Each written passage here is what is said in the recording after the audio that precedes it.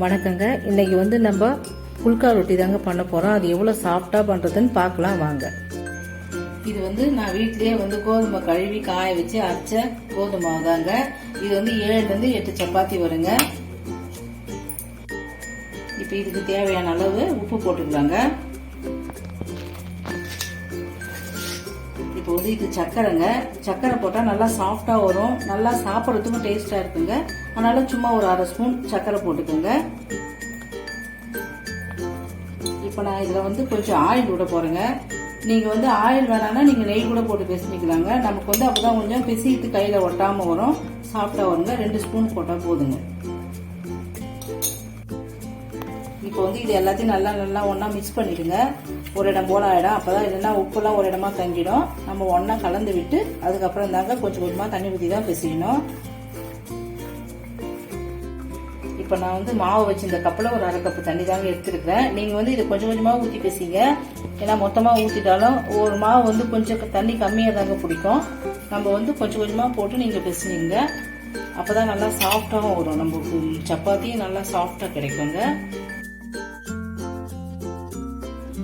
இப்போ இது நார்மலா பச்சை தண்ணி தாங்க, சுடு தண்ணிலாம் எதுவும் இல்லைங்க. நீங்க பச்சை தண்ணி ஊற்றினாலே போதும்.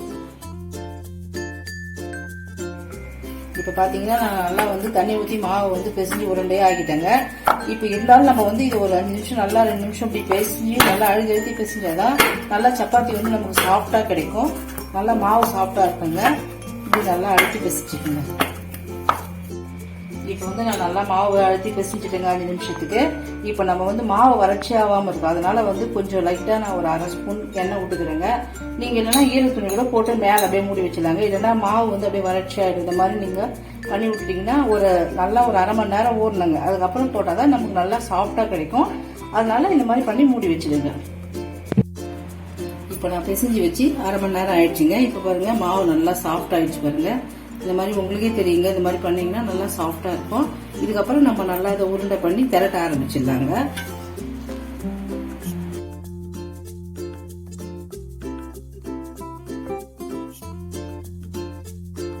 இப்ப பாத்தீங்கன்னா நம்ம இதே மாதிரி மாவு போட்டு திரட்டிக்கலாங்க.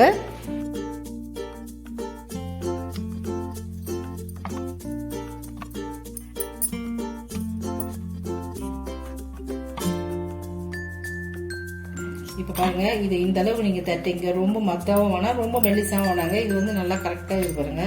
இந்த அளவுக்கு நீங்க திரட்டினீங்கன்னாக்கா நல்லா எழும்பி நல்லா வருங்க. இந்த மாதிரி தட்டிங்க. இப்ப பாத்தீங்கன்னா நான் சப்பாத்தி எல்லாம் தட்டி வச்சுட்டேங்க. இதுல வந்து ஒரு 7 சப்பாத்தி தட்டி வச்சிருக்கேன். இப்போ வந்து நம்ம இதை போட்டு எடுத்துடலாங்க. இப்போ வந்து நான் கல்லு வச்சுட்டேங்க. கல்லு காஞ்சிச்சு. நான் எண்ணெய்லாம் எதுவுமே ஊத்தலங்க. அப்படியே வந்து இந்த கல்லுல வந்து இந்த சப்பாத்தி போடுறேன் பாருங்க. இப்போ பார்த்தீங்கன்னா உங்களுக்கே தெரியுங்க, மேலே அப்படியே பபுள்ஸ் மாதிரி எழுப்பி இருக்குது பாருங்க. இந்த மாதிரி டைமில் நம்ம அப்படியே திருப்பி போட்டுடலாங்க சப்பாத்தியை.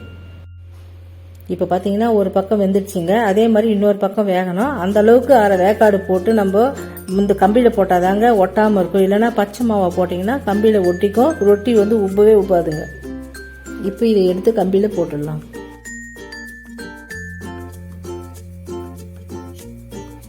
இப்போ பாருங்க ரொட்டி நல்லா சூப்பரா உப்பி வந்திருக்கு பாருங்க.